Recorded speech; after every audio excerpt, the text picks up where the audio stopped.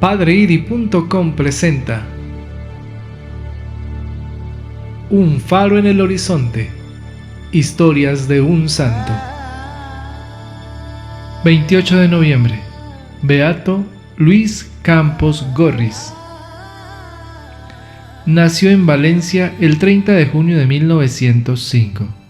Tras estudiar la primera enseñanza y la media en el Colegio de San José, que dirigían los padres jesuitas, simultáneo a las licenciaturas de Derecho y Filosofía y Letras en la Universidad de Valencia, y se doctoró en Leyes en la Universidad Central de Madrid. Durante estos años de estudiante, realizó distintos viajes por Europa acompañando al siervo de Dios Ángel Herrera Oria.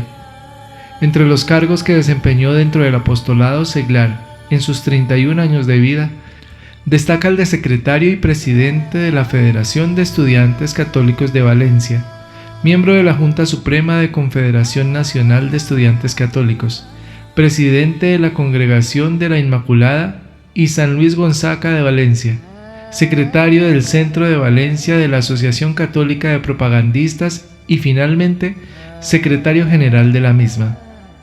En 1933 contrajo matrimonio con Carmen de Arteche, con la que se trasladó a vivir a Madrid.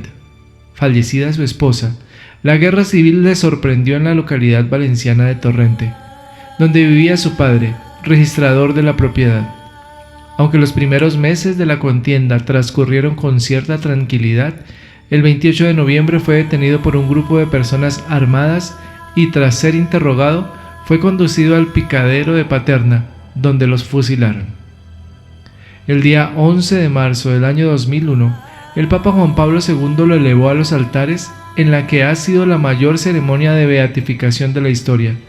233 mártires de la Guerra Civil Española fueron declarados beatos, entre ellos sacerdotes, religiosos y seglares, pertenecientes a distintos movimientos y asociaciones laicales. Muy arraigada tenía Luis su fe y por tanto claridad en lo que ella conlleva, cuando afirmó: «Mi misión es realizar la unidad de los católicos. Antes de sembrar es necesario arar». Ignoraba que sería su sangre la que esparciría esa semilla que nunca muere, porque la memoria de su martirio mantendría viva su voz, prolongando sus afanes apostólicos. Si a cualquier persona le preguntaran qué haría si le dijeran que iba a morir en plazo fijo, seguramente le vendrían en la mente unas cuantas cosas, entre otras, ponerse a bien con quien lo estuviera, porque la reconciliación es sentimiento que suele acompañar a los postreros instantes. Los genuinos seguidores de Cristo responderían confirmando la bondad de su acontecer, que ya discurría guiado por el afán de dar a Dios lo máximo en el día a día, porque los santos están espiritualmente preparados de antemano, listos para presentarse ante el Padre cuando así lo dispone. Pues bien, ante este dramático trance, en 1936, integrantes de la Asociación Católica Nacional de Propagandistas, como tantos otros católicos de pro, compartían en checas de diversas ciudades españolas sus más altos ideales con el espíritu de las primeras comunidades de cristianos, aguardando juntos con la palma del martirio. Mientras en el exterior de la prisión se respiraban aires de revancha, ellos apuraban los últimos días orando y compartiendo la fe, aunque fuera en penosas condiciones. Sabían que las súplicas que se elevan a Dios nunca caen en saco roto, y entre sus peticiones incluían la unidad y reconciliación de todos los católicos. Uno de los insignes propagandistas que ni siquiera tuvo tiempo de permanecer en una checa fue Luis, un valenciano nacido el 30 de junio de 1905, que había sido alumno de los jesuitas y cursado estudios de filosofía y derecho, materia en la que se había doctorado en la Universidad Central de Madrid. Una persona valiosa, comprometida, cercana al cardenal Ángel Herrera Oria, que tuvo en él un insigne discípulo. Luis le acompañó en muchos de sus viajes y acciones evangelizadoras. Era un apóstol incansable, ciertamente ejemplar en su vida, que había dejado huella entre los estudiantes católicos de Valencia y que en esos momentos precisos era el secretario general de la Asociación Católica de Propagandistas y secretario de la CEU, Centro de Estudios Universitarios. Su esposa, Carmen Arteche Echezuría, con la que se había casado en 1933, apenas había podido compartir los sueños que sin duda forjarían en común, porque murió antes de estallar la guerra civil en 1936, en el transcurso de una enfermedad imprevista y fulminante. Dios le ahorró el sufrimiento de ver asesinado a su esposo. Hasta Torrente, la localidad valenciana en la que residía el padre de Luis, delicado de salud entonces y junto al que se encontraba, llegaron los funestos aires de guerra. Él ejercía como abogado desde 1930 y en el primer momento pudo continuar su vida sin excesivos sobresaltos, completamente entregado a consolar y procurar aliento a los componentes de la asociación con celo y brío ejemplares, lleno de fe y por tanto sin ceder un ápice al desaliento, buscando para su esposa e hija un remanso de paz en medio de tanta tragedia. En 1936 las había conducido a su tierra y allí quedó en la pequeña huérfana de madre, tutelada por su abuelo, sin saber que su querido padre estaba a punto de dejar este mundo tras haber apurado la palma del martirio. Luis era un hombre lleno de fortaleza que brillaba con singular fulgor en medio de la adversidad.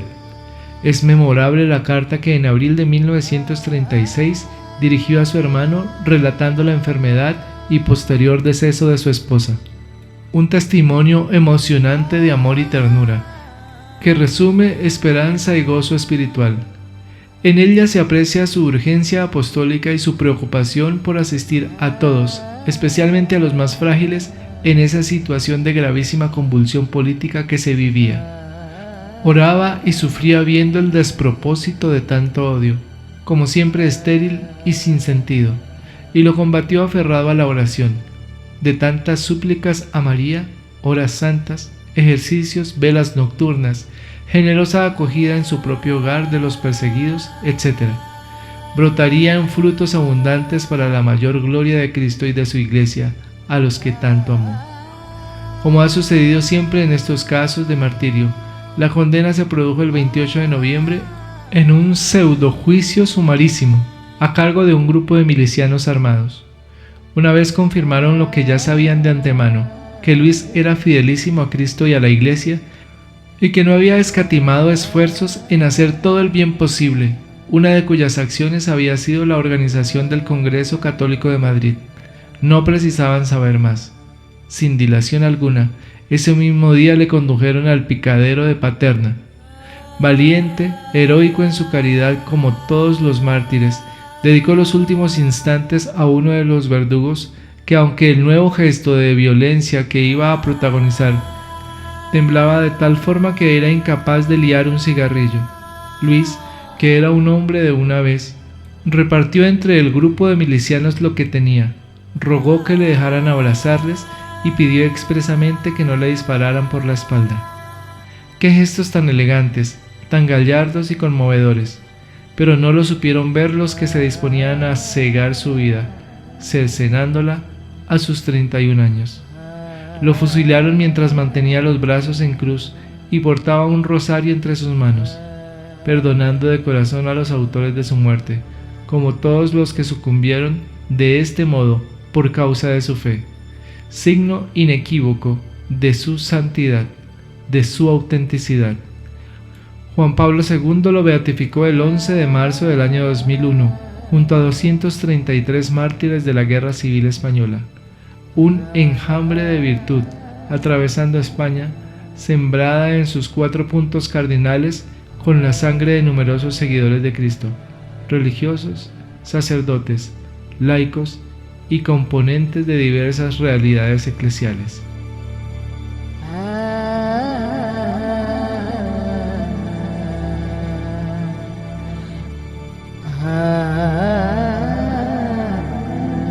Al ingresar a la página padreidi.com encontrarás ayuda valiosa en cuanto a catequesis y oración. Asimismo, en su canal de YouTube, los videos diarios del Evangelio, el Santo del Día y el Año Josefino.